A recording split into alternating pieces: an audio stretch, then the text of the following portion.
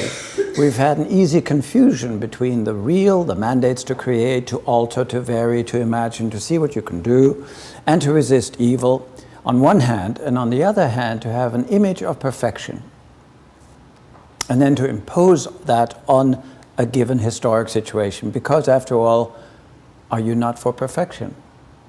The perfect image is very attractive. The problem is the image always goes beyond what is possible in the real world, which is a historic world of sequences. You don't just have a plunk, there it is, final, leave it forever, perfection. That comes out of Greek thinking in our Western world, as I've explained, and I don't want to go over that again, but that's where it originates, and it is manifesting itself again and again. And most recently, and that's where we were last time, in what I've called the utopia of historical immanence. We had the utopia of, what did I call it? Felicity, happiness, Thomas Morris, other writers before and after him portraying an alternative to the present economic, social, and temporal conditions as a stimulation to your ideas of what could be realized in your given situation.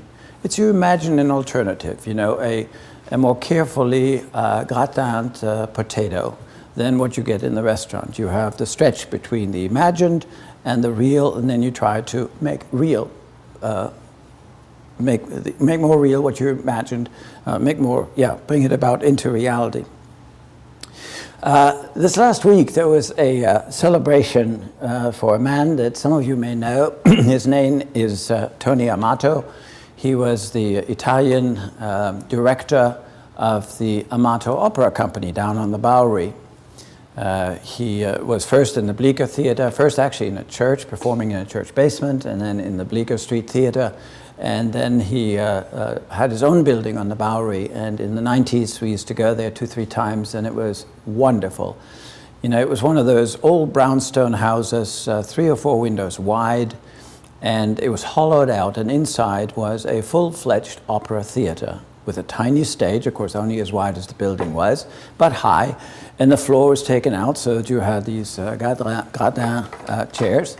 And there, Tony Amato, who loved to sing, who had come from Italy, and who sang for the opera, but found out that he would never be that good an opera singer, built up this opera. And it was a delight, and many people that later on ended up in the Met, or that used to be at the Met and now no longer were of that quality, would sing for him full-fledged, full-length operas. Don Giovanni and whatever, The Marriage of Figaro and the whole thing, and it was delightful. And now Mr. Amato has turned somewhat 91, 2, 3, and he stopped about 2 years ago. Actually, I read about the Amato Theater in a German newspaper, somebody who was fascinated by this phenomenon, New York, terrific. And Mr. Amato finally put down his history, his life story, funny scenes, characters that he'd worked with. And he has written a book about it that was being presented at Barnes & Noble last week. And so we went. It was up here on the Upper West Side. And unfortunately, as people gathered, people recognized each other, having lost sight of each other for years. Most of them were former singers in the Amato Opera. And as the program started, there was no Mr. Amato because he's severely ill and he couldn't come.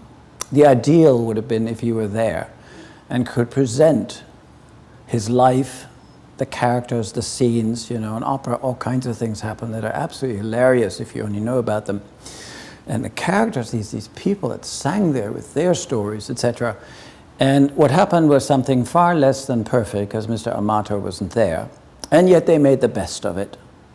And that's in a sense the distinction between having good ideas rather than being caught up in, I am so disappointed that it can't be perfect, therefore I will do nothing. The tension that exists between the real and the ideal, in a sense, is wrapped up with this. The ideal is not achievable in a fallen world where people get ill or the train gets derailed and you don't get there in time, whatever. Anyway, the utopia of felicity that I mentioned was the first. The second was utopia of technical possibilities, with the coming to the fore of the technical sciences. I think I gave it a different name last time, but it was the idea from somewhere the 15th century to the 17th century. Then came